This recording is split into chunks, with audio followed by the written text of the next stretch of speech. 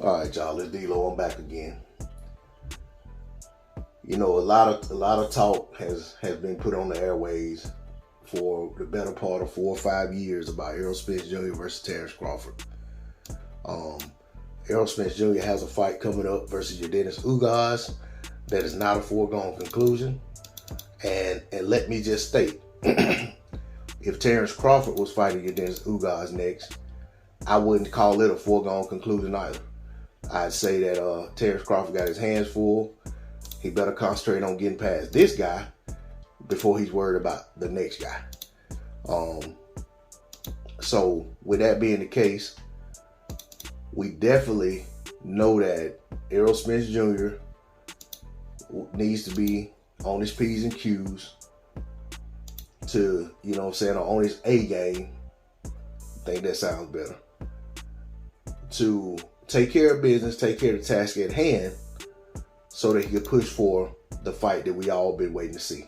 Well, I say we all, and I use that term loosely because some of y'all don't want to see Terrence Crawford versus Errol Spence Jr. And that's just a fact.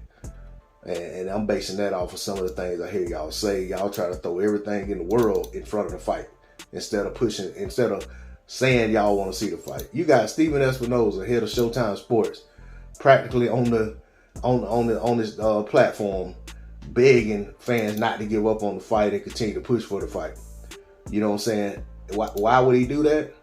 Because he see y'all all over the place talking about everything except for the Spence versus Ugas fight and potentially a Spence versus Crawford fight should Spence win.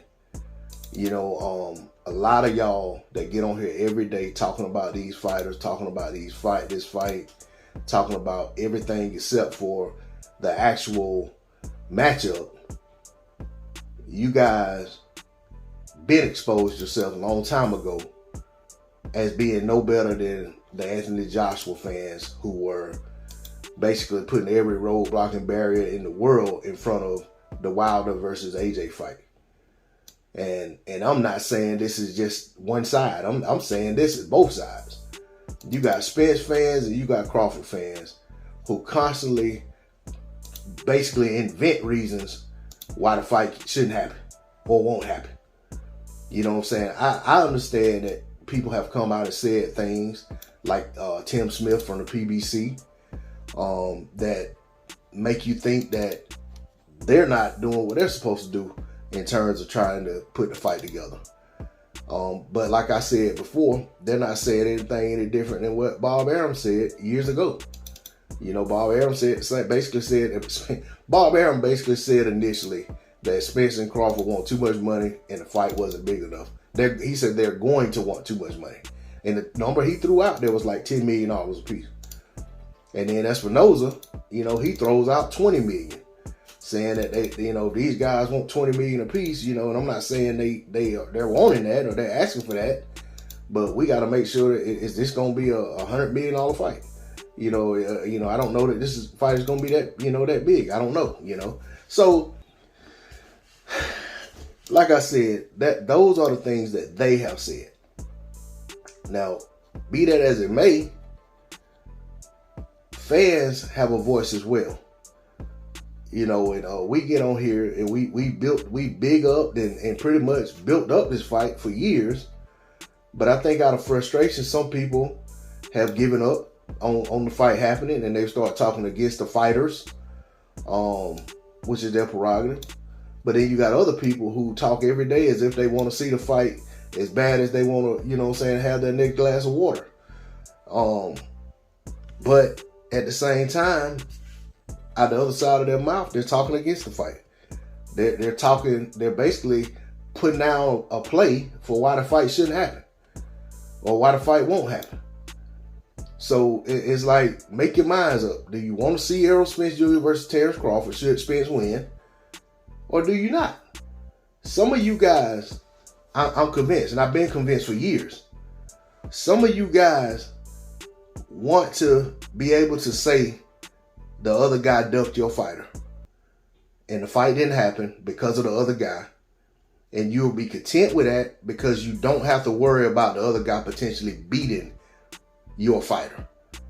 So basically, it's more about being able to say that I was on team Spence, or I'm with team Crawford, and the other guy was ducking.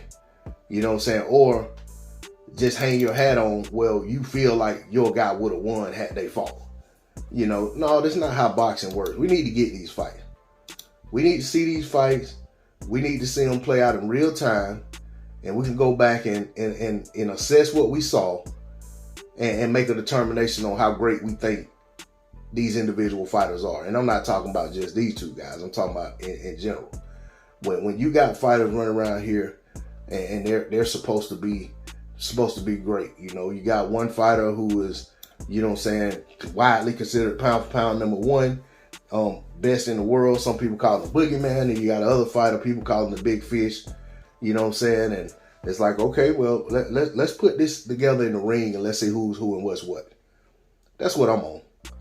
Like, forget all the fantasy matchups and stuff when you got fighters fighting in the same space at the same time. These guys need to get in the ring. Y'all fans who pretend you want to see the fight so bad need to act as if you really want to see the fight. Stop talking about Boots Ennis. Stop talking about Keith Thurman. Stop talking about Virgil Ortiz. You know what I'm saying? It's Spence, Ugas, and Crawford. Those are the last three standing. Now, after all of that comes to fruition, then it's fair game. You know what I'm saying? Because if somebody's gonna sit amongst the perch as the true king, because I'm tired of these jokers being called king of the welterweight division.